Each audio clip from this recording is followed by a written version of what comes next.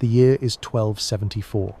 In the harbors of southern Korea, hundreds of ships creak against the tide, their sails catching the winter wind. On board are Mongol cavalrymen, Chinese infantry, and Korean conscripts, tens of thousands of men preparing to sail across the Sea of Japan. Their target is not a kingdom of vast territory or immense wealth, but a narrow island nation, fractured by its own internal politics, and unaware of just how close it stood to catastrophe. To understand why this storm was gathering, we must step back to the wider stage of world history. The Mongol Empire, forged by Genghis Khan in the early 13th century, was unlike anything the world had ever seen. At its peak, it stretched from the shores of the Pacific to the forests of Hungary. It encompassed deserts, mountains, and rivers, a continental empire held together by sheer military power, ruthless discipline, and a philosophy of universal conquest. By the mid-1200 seconds, the empire had fractured into several great khanates, but one figure stood supreme: Kublai Khan, grandson of Genghis. Unlike his grandfather, Kublai was not merely a conqueror on horseback, he was a statesman, a ruler who understood administration, trade, and the arts of diplomacy. From his capital at Kumbalik, modern Beijing, he founded the Yuan dynasty, the first foreign dynasty to rule all of China. Kublai was determined not only to consolidate power on the mainland, but to expand it outward, across seas, and into new lands. Japan gleamed on the horizon, as both a jewel and a thorn. The Mongols had already conquered Korea, the Song dynasty, in southern China, and vast stretches of Central Asia. To the Mongols, the world was divided simply: those who submitted and those who rebelled. Independent nations did not exist in their worldview, only tributaries or enemies. And in the East, Japan's refusal to submit was intolerable. But why Japan? Historians offer several reasons. First was legendary wealth. Chinese and Korean records describe Japan as a land rich in gold. Though this was an exaggeration, the idea persisted in Mongol imagination. Second was strategic control. By subduing Japan, Kublai could secure the eastern flank of his empire and extend maritime power into the Pacific. Third, and perhaps most important, was principle. In 1266, Kublai had sent envoys to the Kamakura shogunate, demanding submission.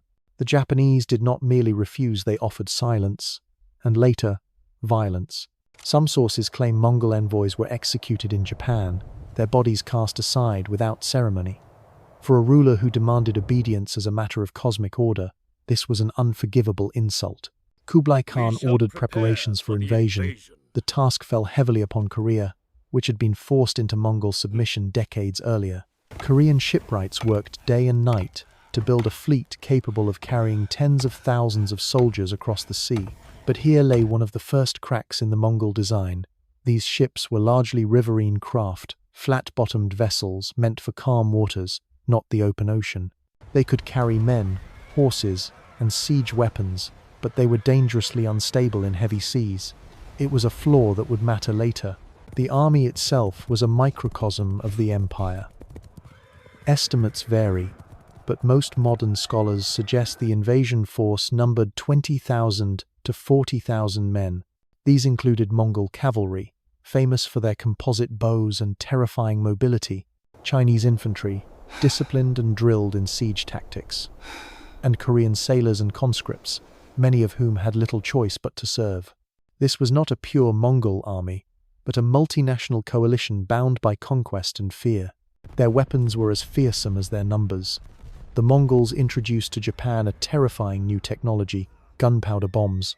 Known as tetsuho, these iron or ceramic shells were packed with black powder and shrapnel, detonated with a roar that could stun men and horses alike. They were psychological weapons, as much as physical ones intended to break morale before the blade was even drawn. Alongside them, the Mongols employed drums and gongs, instruments not of music, but of terror. Their beats coordinated movements across the battlefield and created a disorienting soundscape that made resistance seem futile. Against this storm stood Japan. In the 13th century, Japan was under the rule of the Kamakura Shogunate, a military government led by the Hojo regents.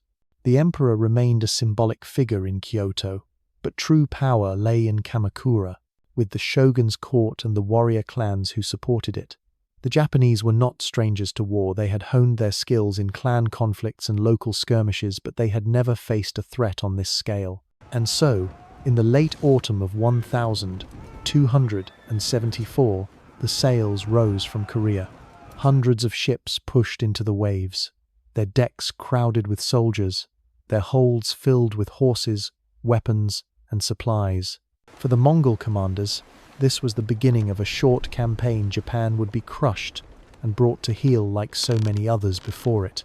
But for the samurai of Japan, the horizon was darkening with a storm that would test not only their strength, but the very meaning of their way of life. While Kublai Khan sat in his court at Xanadu and marshaled fleets of conquest, Japan lived in a world profoundly different from the continental empires beyond the sea.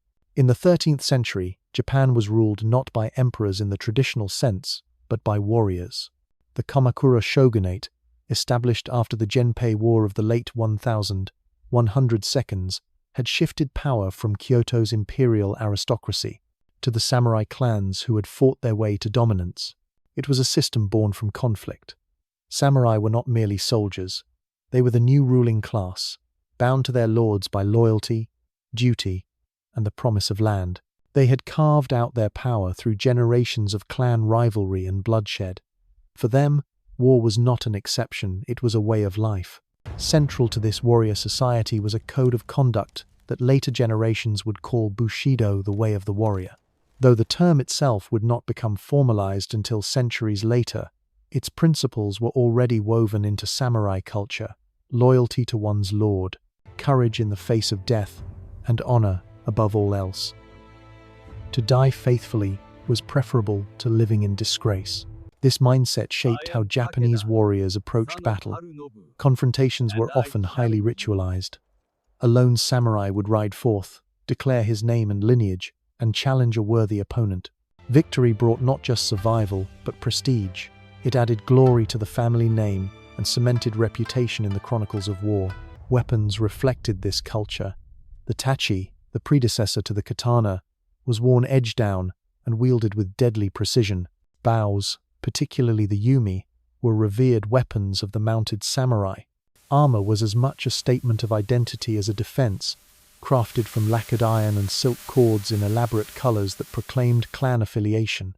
In this world, war was not merely a matter of life and death, it was art, performance, and spiritual calling. But for all their martial pride, the samurai were unprepared for the enemy approaching from the west. Geography shaped Japan's mindset.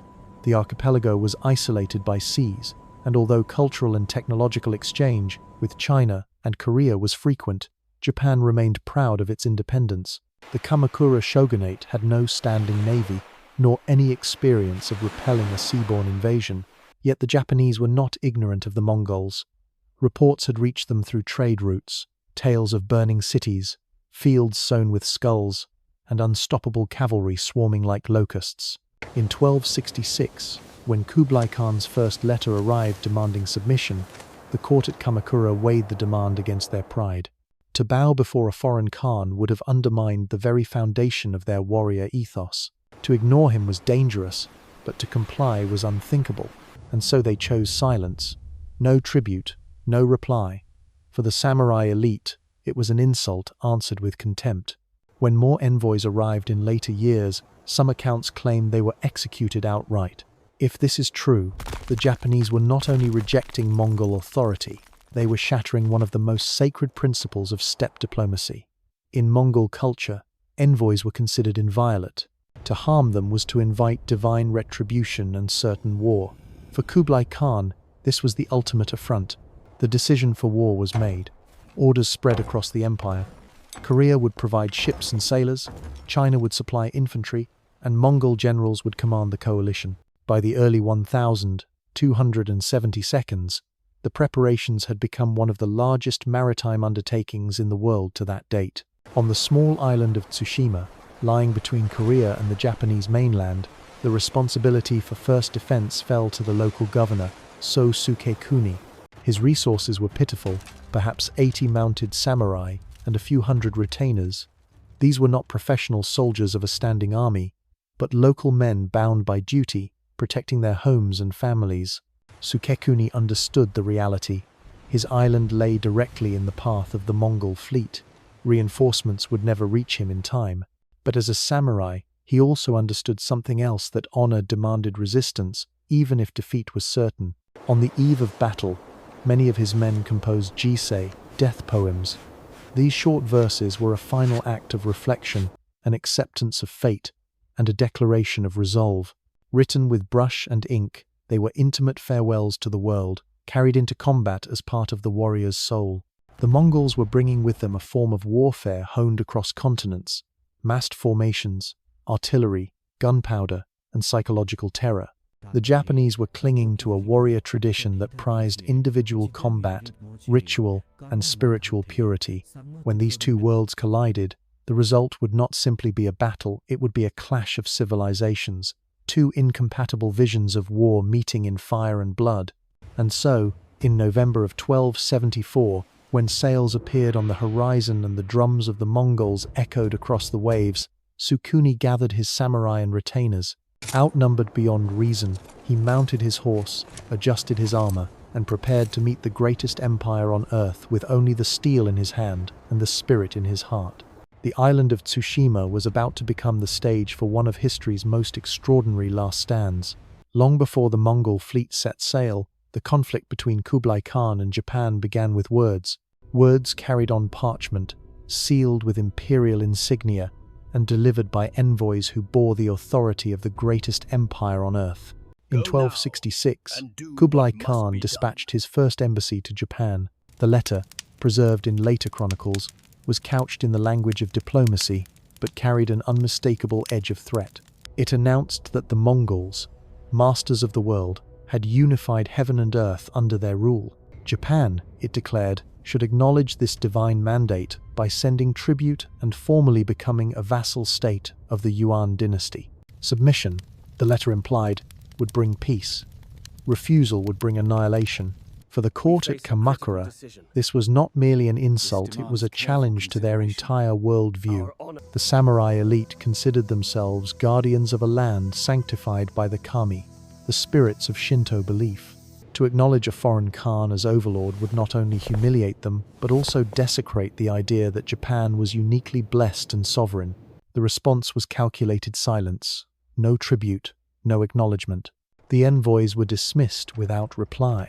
This silence enraged Kublai. For the Mongols, diplomacy was not a matter of negotiation between equals. It was an announcement of destiny. Nations either submitted willingly or were forced into compliance. To ignore a Mongol demand was to deny the very order of heaven as the Khan understood it. Undeterred, Kublai sent more embassies in 1268, 1271, and 1272. Each time, the Japanese remained defiant. Some chronicles, though debated among historians, claim that later envoys were executed outright. In one account, they were beheaded, their bodies left in the dirt, a silent but unmistakable message. Japan bows to no foreign master. If this is true, the Japanese were not only rejecting Mongol authority, they were shattering one of the most sacred principles of steppe diplomacy. In Mongol culture, envoys were considered inviolate. To harm them was to invite divine retribution and certain war. For Kublai Khan, this was the ultimate affront. The decision for war was made. Orders spread across the empire. Korea would provide ships and sailors. China would supply infantry, and Mongol generals would command the coalition. By the early 1272s, the preparations had become one of the largest maritime undertakings in the world to that date. The burden fell especially hard on Korea. The Goryeo dynasty, recently subjugated by the Mongols after decades of bitter resistance, Korea was forced to supply thousands of sailors, laborers, and materials. Korean shipwrights constructed hundreds of vessels, many of them riverine warships pressed into service for an ocean crossing they were ill-suited to survive. Archaeological evidence recovered from seabeds centuries later would confirm that many of these ships were hastily built, flat-bottomed, and structurally fragile.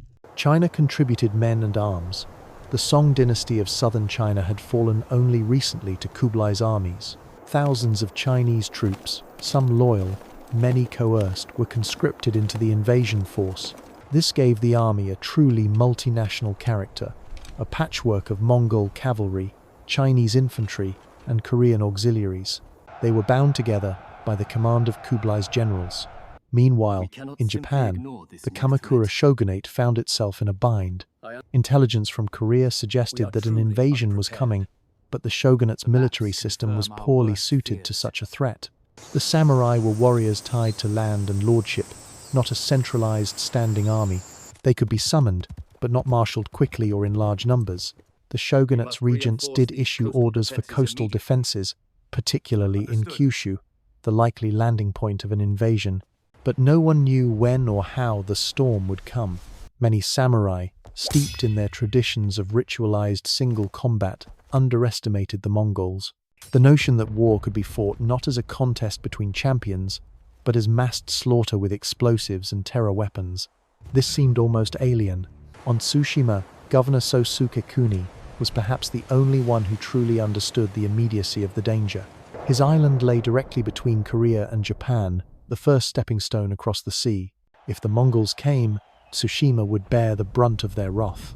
By 1274, diplomacy had failed. The silence of the Japanese and the possible killing of Mongol envoys, this had left Kublai Khan with no alternative. His prestige demanded action. His empire demanded obedience. And so, the order was given. The fleet would sail. In the shipyards of southern Korea, the sound of axes and hammers rang day and night. Timber was cut, iron was forged, sails were sewn. Tens of thousands of men prepared for a campaign that Kublai assumed would be short and decisive. But history rarely bends to the assumptions of conquerors. The Mongol fleet would indeed reach Japan. It would land at Tsushima, then Iki, then Hakata Bay. It would fight, kill, and burn. But in the end, it would meet a resistance unlike any it had faced before, one forged not in numbers, but in spirit. The thunder of letters had ended. The thunder of war was about to begin. Dawn broke over the Sea of Japan on the 4th of November, 1274. The fishermen of Tsushima, accustomed to spotting sails on the horizon, saw something no eye had ever seen before. The sea itself seemed to move. A forest of masts, hundreds upon hundreds of ships, stretched from one horizon to the other. The Mongol invasion had arrived. At the shrine of Hachiman, the god of war, a fire mysteriously broke out that morning. To the samurai of Tsushima, it was not an accident but an omen. The gods were warning them. The island stood on the brink of catastrophe. Governor Sukekuni, 67 years old and still mounted like a warrior in his prime, gathered his retainers. Fewer than 80 mounted samurai answered his call, supported by a few hundred local fighters, farmers, archers, men with more courage than training. Against them stood a coalition force of at least 15,000 men landing on Komoda beach. Despite the impossible odds, Sukekuni adhered to tradition. He is said to have attempted parley, perhaps out of ritual, perhaps out of genuine hope. The Mongols answered not with words, but with arrows.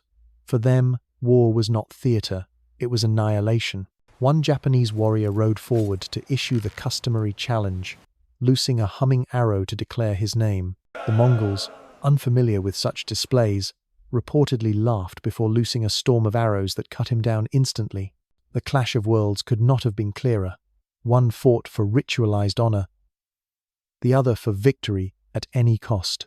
Realizing there would be no ceremony, Sukekuni gave his final order. His samurai spurred their horses and charged. The initial shock was devastating. Japanese armor, lamellar plates of lacquered iron and silk, was heavier and more resilient than the lighter armor worn by Mongol and Chinese infantry. Swords and naginata sliced through enemy lines, and in the first furious moments, the defenders struck down a high-ranking Mongol officer. The Mongols staggered. For a heartbeat, it seemed that courage might overcome numbers. But then the horde adapted. Unlike the Japanese, who aimed for individual duels, the Mongols employed saturation fire. Volleys of arrows arced overhead in coordinated waves, darkening the sky and falling indiscriminately on the samurai. Horses panicked. Men were pierced through armor gaps. and the charge faltered. And then came terror in its most unfamiliar form. The Tetsuho iron bombs. Some were cast by hand, others hurled from small catapults. They exploded with a deafening roar, scattering shrapnel, blinding eyes, and bursting eardrums. For the samurai, who had never encountered gunpowder on the battlefield, the effect was devastating. Horses reared and threw riders. Men fell clutching their faces, dazed and bleeding. The Mongol drums pounded relentlessly, gongs echoing across the shore, drowning out thought itself. The battlefield became a furnace of noise, smoke, and fire. Still, the samurai refused to break. Encircled, they fought on with suicidal courage, hacking, thrusting, and screaming their family names into the chaos. To die forgotten was shame. To die remembered was honor. Sukekuni himself led charge after charge, his grey hair matted with blood beneath his helmet, his sword rising and falling until it broke. Archaeological surveys of Komoda Beach in modern times have uncovered arrowheads of both Japanese and Mongol design, fragments of exploded bombs, and the remains of samurai armor plates. The evidence tells the same story as the chronicles. There was no retreat. The defenders fought to the last man. By the afternoon, the sand was red with blood. The samurai were cut down one by one, until Sukekuni himself fell in the melee, his final act a last desperate charge. With his death, organized resistance on Tsushima ended. The Mongols showed no mercy. They rampaged across Tsushima, slaughtering civilians, burning villages, desecrating shrines. Contemporary accounts describe women and children being killed without hesitation, their homes reduced to ash. For the Mongols, this was standard practice psychological warfare to terrify other towns into surrender. For the Japanese, it was unthinkable barbarity. And yet, even in defeat, Tsushima's sacrifice was not in vain. In the chaos of battle, a handful of small Japanese boats slipped away across the strait, carrying with them the most crucial message of all. The Mongols have come. The warning reached the mainland. The shogunate now knew the invasion was real. And though Tsushima had been destroyed, the island's defenders had bought Japan what they most needed: time. In later generations, the story of Sukekuni and his samurai became legend.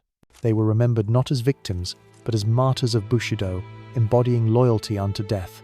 Their hopeless stand was retold as proof that Japan's warriors would resist any invader, no matter the odds. What the Mongols saw as an easy victory, the Japanese remembered as the first act of a spiritual triumph. Tsushima had fallen, but its blood was the seed of a national myth that would grow in the centuries to come. And the Mongols were not finished. From Tsushima, the fleet moved on to Iki and then to the shores of Kyushu itself. The defenders of the mainland were waiting. The storm had only just begun. The slaughter at Tsushima was only the beginning. Having annihilated the island's defenders, the Mongol fleet pushed eastward, their sails crowding the horizon. Their next target was Iki, another small island lying between Korea and Kyushu. Like Tsushima, Iki stood directly in the invasion path, a stepping stone that had no chance of survival. Iki was defended by Taira no Kagetaka, a samurai commander with perhaps 100 warriors at his side. They were joined by townsfolk and farmers, desperate to resist. Much like Tsushima, they faced overwhelming numbers. The Mongols landed with thousands of troops, their tactics disciplined and relentless. Kagetaka led his small force in a desperate charge, hoping to repeat the shock of samurai steel cutting into Mongol lines. For a brief moment, they inflicted casualties. But the pattern repeated. Massed arrow volleys, the roar of bombs, and overwhelming encirclement. According to later Japanese sources, Kagetaka fought to the end, his family at his side, before leaping into the sea to avoid capture. Iki's population was massacred, its towns burned. With Tsushima and Iki reduced to ash, the strait to Kyushu lay open. On the 19th of November, 1274, the Mongol fleet anchored off Hakata Bay near the city of Fukuoka. Unlike the isolated islands, Hakata was no mere outpost. It was the gateway to Japan's mainland. If it fell, Kyushu would be open to invasion, and the road to the heartlands would lie unguarded. Here, the Mongols expected an easy victory. Instead, they found resistance unlike anything they had faced so far. The Japanese had received Tsushima's warning, though they lacked a navy and could not prevent the Mongols from landing. The samurai clans of northern Kyushu gathered quickly. For the first time, the Mongols faced thousands of warriors who knew they were coming. The clash at Hakata revealed the stark differences between Mongol and Japanese warfare. The Mongols advanced in large formations, their infantry and cavalry working in unison, supported by volleys of arrows and explosives. Their discipline, honed on the steppes of Eurasia, allowed them to maneuver as one body. The samurai, by contrast, fought in small groups and prized individual valor. Mounted warriors rode forth to challenge their foes, calling their names, loosing arrows before closing in with curved swords. To the Mongols, this seemed reckless and even comical. To the Japanese, it was the only honorable way to fight. The results were bloody. Samurai who attempted single combat were cut down by concentrated fire. Yet the Japanese adapted quickly, realizing that traditional challenges would only lead to slaughter. They shifted to a different approach: guerrilla-style raids. At Hakata Bay, Japanese warriors launched attacks from small boats under cover of darkness. They swarmed larger Mongol ships, setting them ablaze with fire arrows and close combat. During the day, they avoided massed confrontations, striking at isolated groups and then retreating. This hit-and-run style, though unfamiliar, proved effective. One chronicle records samurai boarding a Mongol ship at night, cutting down its crew, and then setting it alight before slipping back into the shadows. For the Mongols, accustomed to dominating battlefields with open force, these raids were unnerving. Despite their numbers, the Mongols hesitated to press inland. Their army was a coalition: Mongols, Chinese, and Koreans, with no unified loyalty, and supplies were running low. Instead of advancing into Kyushu, they kept their fleet anchored tightly in Hakata Bay, a vast floating camp of ships lashed together for protection. It was a decision that would prove catastrophic. As the fleet lingered, the weather turned. On the night of the 20th of November, a storm swept into Hakata Bay. The flat-bottomed Korean-built ships, designed for rivers and coasts, were unsuited to heavy seas. Anchored close together, they smashed against one another in the wind and waves. Some were driven onto rocks, others splintered apart, their crews drowning in the dark. The Japanese, watching from the shore, believed the gods themselves had intervened. They gave the storm a name: Kamikaze, the divine wind. It would become one of the most powerful symbols in Japanese history. When dawn came, Hakata Bay was littered with wreckage and corpses. The surviving ships, battered and demoralized, fled back across the sea. The invasion of 1274 was over. It had begun with thunder and fire, with the annihilation of Tsushima and Iki. It ended in chaos, as wind and waves accomplished what swords could not. For the Mongols, it was a humiliating setback. Their aura of invincibility, built on decades of conquest across Asia and Europe, had been broken. For Japan, it was a revelation. The samurai had faced the greatest empire on earth and survived. But the storm did more than save Japan, it planted a seed of belief. The Japanese came to see themselves as a people protected by heaven, their islands guarded by divine forces. It was a myth that would shape their identity for centuries. Yet Kublai Khan was not finished. The defeat at Hakata was not the end, but a pause. Plans for a second, far greater invasion were already taking shape. The Mongol defeat in 1274 was not the end of Kublai Khan's ambition. For a man who ruled as both Emperor of China and Khan of the Steppe, failure was intolerable. The storm at Hakata Bay could be dismissed as misfortune. What mattered was that Japan had not been subdued, and that the Khan's envoys had been dishonored. His prestige, both at home and across the empire, demanded vengeance. Almost immediately, preparations began for a second, larger invasion. If the first had been a thunderclap, the second would be a hurricane. By 1281, 7 years after the first campaign, Kublai Khan had assembled what many historians regard as the largest amphibious force in pre-modern history. Contemporary Chinese sources place the figure at more than 140,000 men, though modern scholars estimate closer to 100,000, 120,000. Still, the scale was staggering. The army was divided into two massive contingents.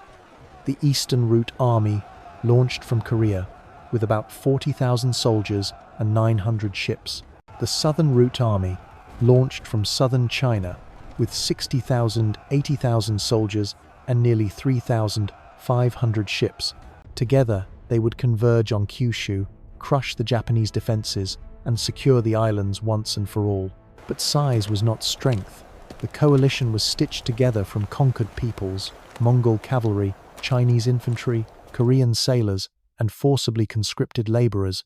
Cohesion was weak, and many of the ships, again built hastily in Korean and Chinese shipyards, were poorly suited for ocean voyages.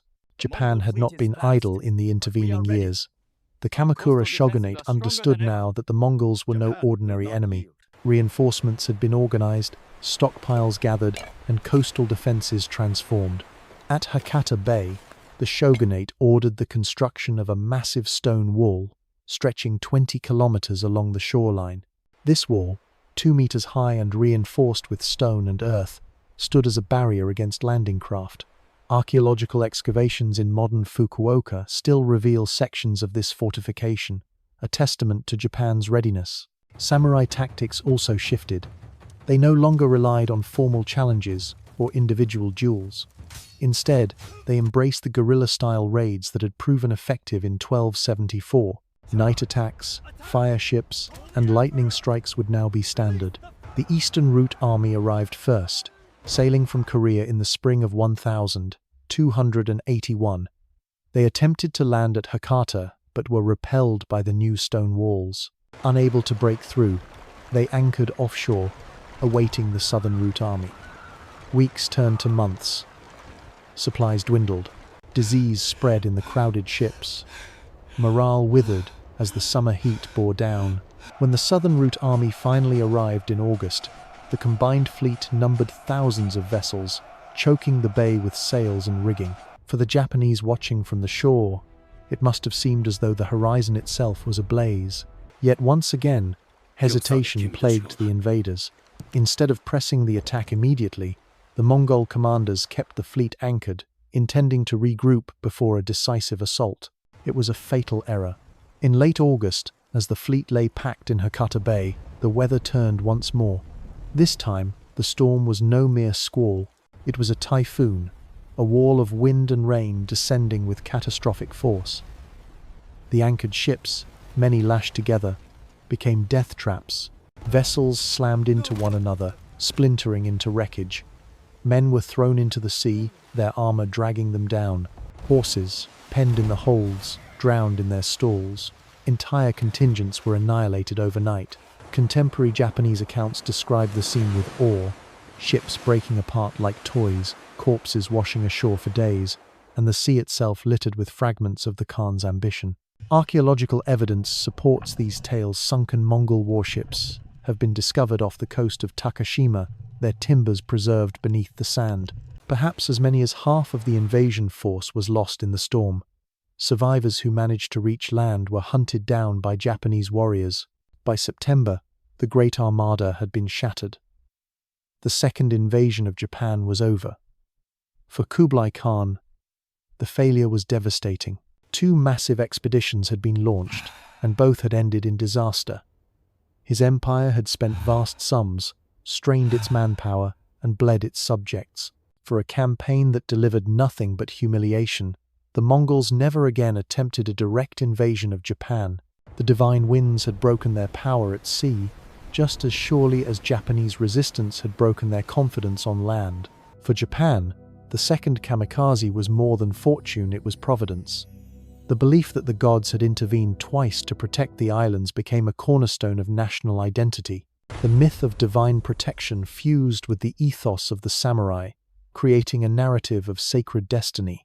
Japan was inviolable, shielded by heaven and defended by warriors of unyielding spirit. But the cost was not invisible.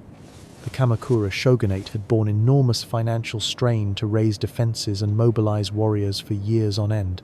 This burden would weaken its grip on power in the decades that followed. Yet in the collective memory, these defeats did not matter. What endured was the image of storms sweeping away the greatest army in the world. proof that Japan was a land unlike any other. The storm had spoken. The invincible Mongols had been turned back. The story of the Mongol invasions of Japan did not end with shattered fleets and corpses washing ashore. In many ways, that was only the beginning.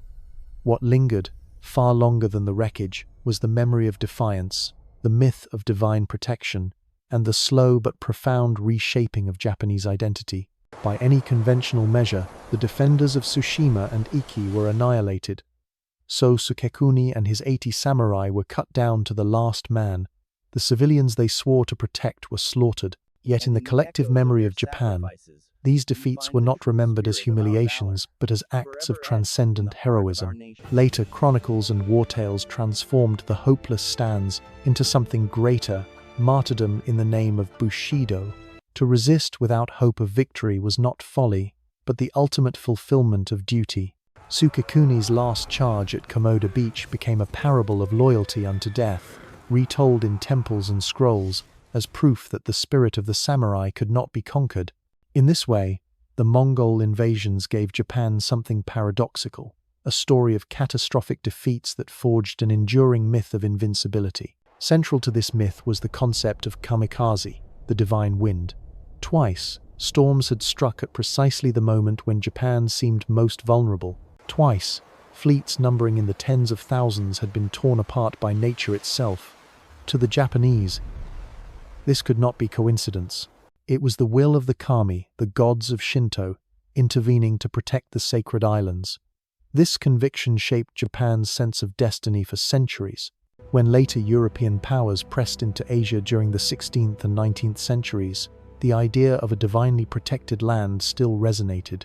In the 20th century, the word kamikaze would be revived under very different circumstances, when pilots of the Second World War sought to embody that same spirit of sacrifice, fusing the ancient myth with modern tragedy.